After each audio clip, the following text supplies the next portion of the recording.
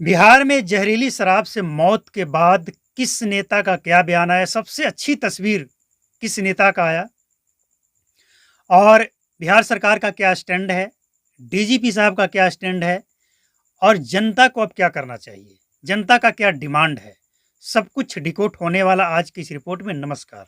इस रिपोर्ट को पूरा देखना है। आपको बता दें, बिहार में सबसे अच्छी तस्वीर देखने को मिला पप्पू यादव का। वो कोई मंत्री नहीं है, न केंद्र की सरकार में न बिहार की सरकार में, लेकिन इसके बावजूद पिछले दिनों बिहार में जो जहरीली शराब से मौतें हुई, अब इसमें भी जो सही आंकड़ा है ना, ये एग्जैक्ट पता नहीं चल रहा। इसके पीछे कारण है कि सरकार की तरफ से छिपाया जा रहा है, ऐसा आरोप है नेता प्रतिपक्ष का। नेता प्रतिपक्ष का तो कहना है कि लगभग 100 मौतें हुई है, ज़्यादा 100 से ज़्यादा मौतें हुई है, जबकि सरकार का आंकड़ा 40 से नीचे का है और मीडिया में जो खबर चलाई गई उससे 50 से ऊपर का है। और एग्जैक्ट जानकारी इसलिए नहीं मिल पाता है क्योंकि कुछ लोग इसे छिपा लेते हैं। उनको डर होता है कि ये आंकड़ा अगर हम सरकार को बता देंगे, यानी अगर ये बता देंगे कि जहरीली शराब पीने से मौत हुई है, तो जेल हो जाएगा। जाने वाले तो चले गए, लेकिन परिवार वाले भी फंस जाएंगे। ये डर भी है, जिसके कारण सही आंकड़ा सचमुच पता नहीं लगता। लेकिन जो अस्पताल पहुंचा उसमें भी हेरा फेरी हो जाता है।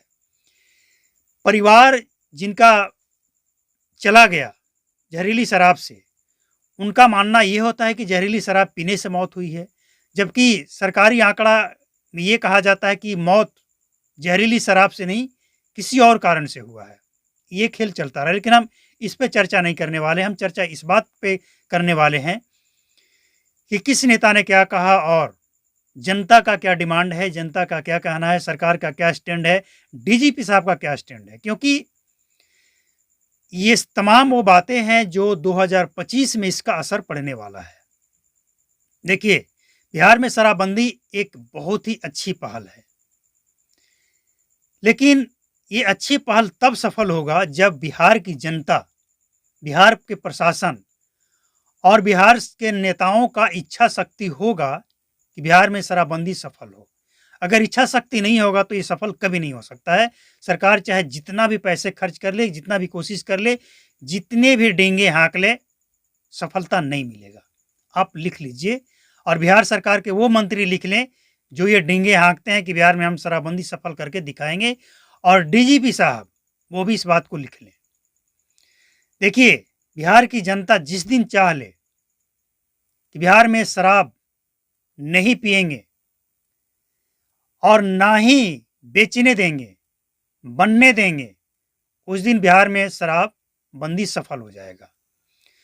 लेकिन बिहार की जनता जब ये ठान ले तब, और दूसरे नंबर पे बिहार प्रशासन भी अगर ये ठान ले कि शराब नहीं बेचना है तो नहीं बिकेगा। तीसरे नंबर पे वो नेता जो बीच में मलाई खा रहे हैं और उनका नाम नहीं आता है। वो सारा मलाई खा रहे हैं लेकिन उनका नाम नहीं आता है, और वो कोई एक दल का नहीं, सभी दलों का वही हाल है। नेता प्रतिपक्ष का बयान आया, लेकिन किसी भी नेताओं का ये बयान नहीं आया कि बिहार में शराबबंदी असफल है, इसलिए अब इसका कोई मतलब नहीं है। प्रशांत किशोर को छोड़कर अब नेता प्रतिपक्ष, उनकी भी जिम्मेवारी है, लेकिन हम समझते हैं कि शराबबंदी के मामले में वो अपनी जिम्मेवारी नहीं निभाए हैं। सत्ता में होते हैं तो उनका बयान अलग होता है, विपक्ष में आने के बाद बयान बदल जाता है। अब बिहार सरकार का स्टैंड क्लियर है कि हम सख्ती करेंगे लेकिन शराबबंदी खत्म नहीं करेंगे। भले ही बिहार में ड्रग्स का कारोबार फैल जाए और शराबबंदी के बाद ड्रग्स से लोग मरने लगे, लेकिन असफलता वाला शराबबंदी लागू रखेंगे। इसके बाद डीजीपी साहब एसआईटी गठित कर दिए और कुछ चौकीदार, कुछ थानेदार को सस्पेंड कर दिया गया। लेकिन इसके बावजूद जो असली मुद्दा है वो गायब हो गया। वो कौन सा मुद्दा है? बिहार में शराब से हुई मौत का सही आंकड़ा क्या है और उन मरने वालों के परिवारों का क्या होगा। चलिए मान लेते हैं उनकी गलती है, उनको शराब नहीं पीना चाहिए था, लेकिन गलती उसका भी तो है जो बिहार में जहरीली शराब बेचता है। उसके लिए क्या, और उन नेताओं का क्या जो बिहार में शराब बेचने में BJP, JDU, Hindustani Awam Morcha, LJP, RJD, Congress, कोई दल का नेता इसमें बचा नहीं है। एक और दल जो बिहार में कोई खास उसका पहचान नहीं है, आम आदमी पार्टी, यानी सभी दलों के नेता इस काम में लगे हुए हैं। तो इनके ऊपर कार्रवाई कब होगी?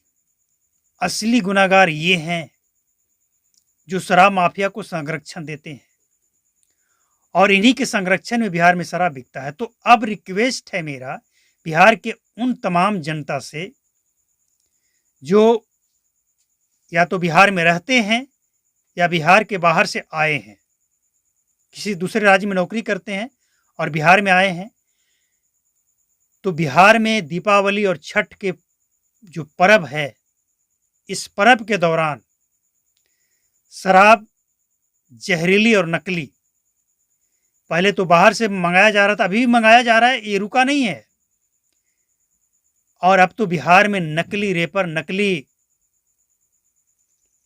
हेलोग्राम के साथ नकली शराब भी बनाया जा रहा है। मुजफ्फरपुर, पटना, कहाँ नहीं पकड़ा गया है। तो उनसे आपको बचना है। शराब नहीं पिएंगे तो उतना नुकसान नहीं होगा जितना जहरीली शराब पीने से होगा, क्योंकि नकली और जहरीली शराब से अगर जान बच भी गया तो लोगों का आंख की रोशनी जाने का जो एक खबर सामने आया है, चौंकाने वाला है। तो इससे बचना है। और जो लोग बाहर से आए हैं वो लोग इस बात का ध्यान दें, क्योंकि बिहार में जो शराब बेचा जा रहा है इसका गारंटी नहीं है।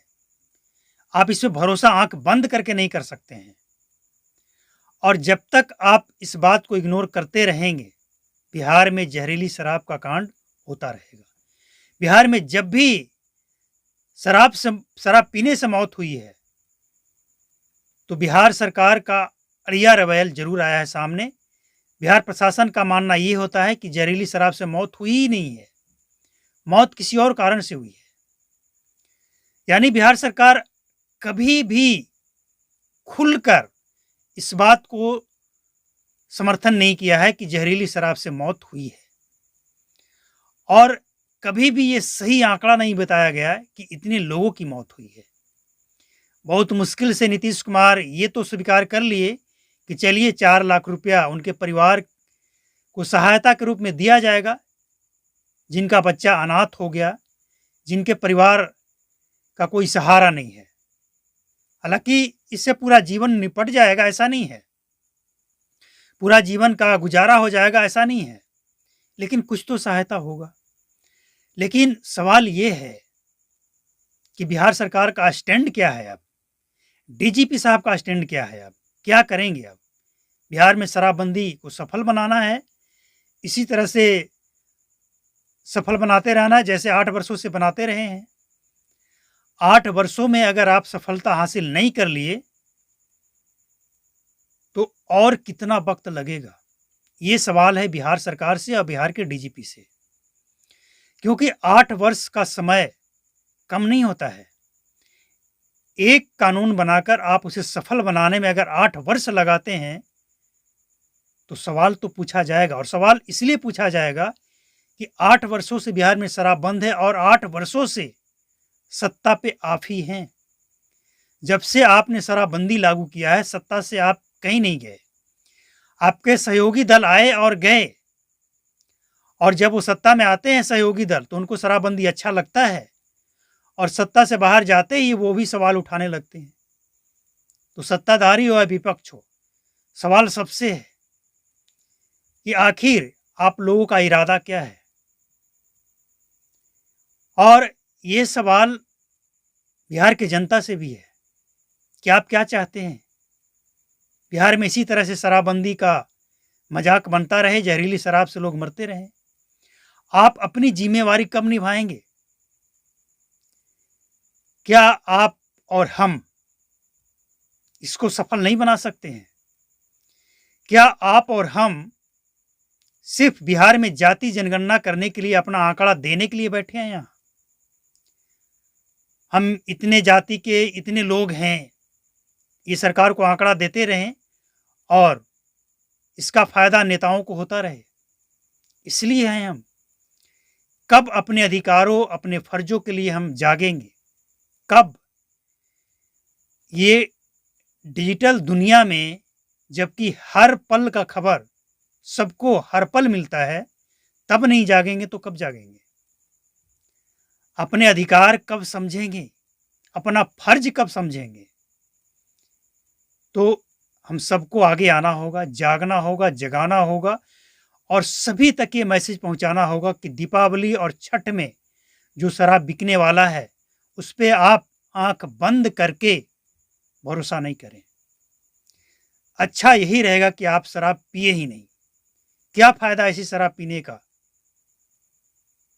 कि वो शराब आपके और आपके परिवार को इतना नुकसान पहुंचा दे कि जिसका पछतावा जीवन भर रहे। क्यों पीना है? और सिर्फ शराब ही नहीं, ड्रग्स को भी, जो अभी अभी उसका जन्म हुआ है, क्यों न इसका गला घोंट दें? क्यों न इसे आज ही मात दे दें, ताकि बिहार में ये अपना पांव ना फैलाए। नेताओं से सवाल जरूर करें, अपने क्षेत्र में उन तमाम जनप्रतिनिधियों से सवाल करें कि क्या हम जाति जनगणना में सिर्फ अपनी आंकड़ा देने के लिए हैं, या बिहार में रोजगार मिलेगा, बिहार में शराबबंदी सफल होगा, या फिर शराबबंदी हटेगा? आपका क्या स्टैंड है? क्या कहना क्या चाहते हैं आप? कम से कम ये सवाल तो कीजिए, ताकि इसका ये जो आवाज है, ये जो सवाल है, ये सदन तक जाए और सदन में जाकर ये आवाज गूंजे, जनता की आवाज सदन तक गूंजे।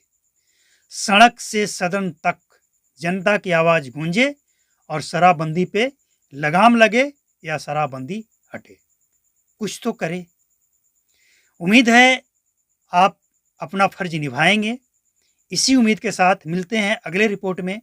नमस्कार, जय हिंद।